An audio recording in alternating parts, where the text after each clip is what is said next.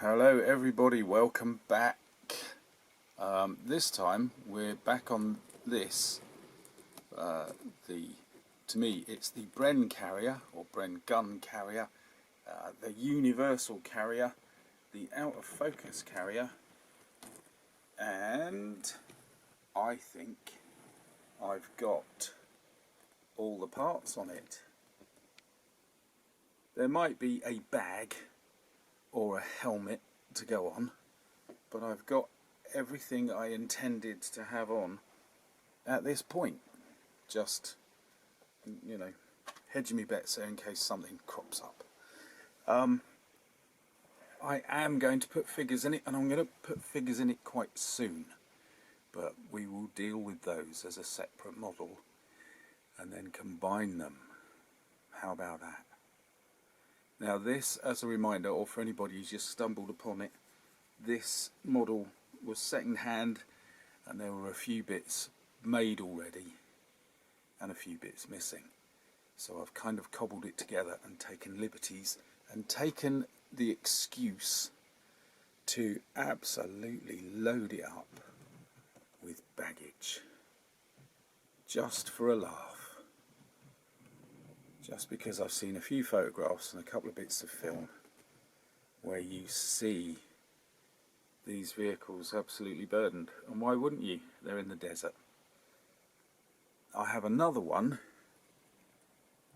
not yet made which should have all the parts, so that will be the serious, sensible, grown-up version as it comes out of the box, as the manufacturers recommend. There we are. That's the boring bit done. So what about the model? The model is great, even though it's got its problems, as in bits missing. It's still absolutely wonderful. It is a brilliant vehicle, and it all went together okay, really, apart from a couple of wobbly bits that the other person had done. I suspect that's why they gave up. And so what have I been up to? Well, I've added all this junk, a lot of it made out of DAS and Milliput, and a lot of it cobbled together from other models. I have moved the machine gun pillar and put it there because I have put on one of the American machine guns, which I've seen. Yeah, actually this is from the SAS Jeep, the desert one that Tamiya do. So, you know, there's a degree of authenticity about it, and you know, it should be correct. You know, they'd have had access to these for a lot of reasons. So I've upgraded that. I've also seen one where that machine gun is here, but I didn't fancy trying to make that happen. So we've still got the traditional Bren sticking out there. I haven't glued it because I've got to fit the man in around it. So there's been movement of guns this way and that, just to create a slightly different model with a slightly different level of aggression. And I think that will do us for the moment then. So I will say this one is done, and I will also say that we'll be coming back to the figures very shortly.